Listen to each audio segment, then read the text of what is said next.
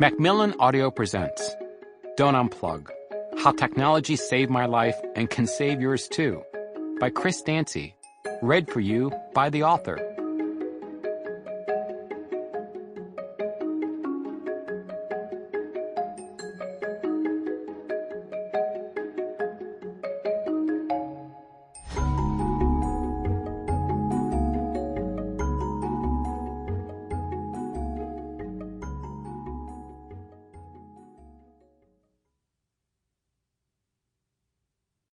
Prologue. Big Mother, the maternal surveillance state. Necessity is the mother of invention. Christmas fell on a Thursday in 2003, so I'd been looking forward to a long 4-day weekend for a while. I knew I'd be at my favorite dive bar around the corner of the atrium by early afternoon. I had just make it through the morning festivities, trying to put on a good show for Doug. Every year, my partner Doug decorated the whole house for Christmas, and we spent hours cooking a delicious meal. But I could never work up any enthusiasm for the holiday. Every year I swore to myself that I'd do my best, but this year was starting out like the rest.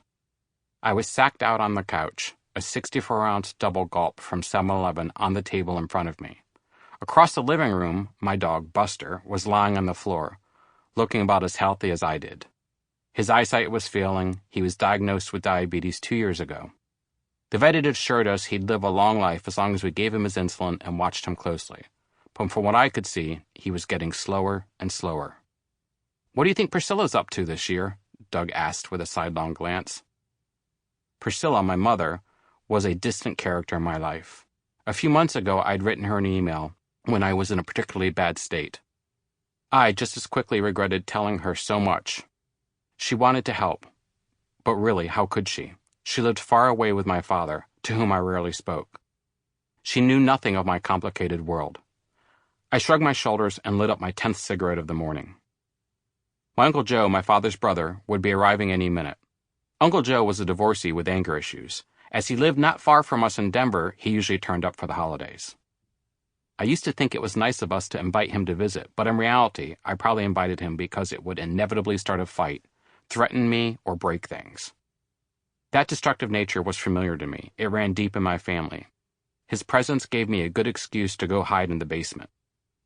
My mother, who lived in Florida, didn't usually send gifts all the way to Colorado. But this year was different. Several days ago, some carefully packed boxes had turned up at our front door. Doug, who had apparently been given explicit instructions, had been guarding these since they'd arrived. I had to admit, I was curious. It was 8:30 a.m. All I wanted to do was smoke another cigarette or two, finish my vat of soda, and surf the internet in the safe darkness of my basement, though I suppose it was time to put on some clothes. I descended the stairs down to what Doug called my warren. After 5 years with Doug, I had finally taken my drug and internet use down to the quiet basement. I was 35 years old, drug addict, already half dead, with very little to show for my life that I'd lived. The warren suited me just fine. My room in the basement, what I like to think of as my office, did look a bit like a warren. Thousands of photos, clippings, and souvenirs were pinned to corkboards covering every inch of my walls. My entire life, a story told in thousands of pieces of paper, was displayed around me. Here was all I had seen, accomplished, lived, and loved. I had the paperwork to prove it. Buster started to bark upstairs. Shit. It was time to do Christmas. I trudged slowly upstairs again. At 35, it shouldn't have been this hard to climb 10 stairs. "Hello, Christopher," Uncle Joe called out at the top volume. I shuffled through the living room, trying to ignore the lights, gifts, and decorations Doug had hung so carefully. It was all so beautiful. It hurt to look at it all. I grabbed the gifts I had wrapped for Joe and Doug and tried to hand them out. I liked giving gifts at Christmas, especially ones I could not afford.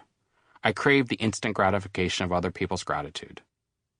"Hang on, Chris," Doug said gently. "We have a phone call to make." I sat down impatiently, but kept my mouth shut as Doug started dragging out the boxes from his office where he'd hidden them. My impatience turned to excitement. What was my mother up to? Doug dialed my mom and then... Sample complete. Ready to continue?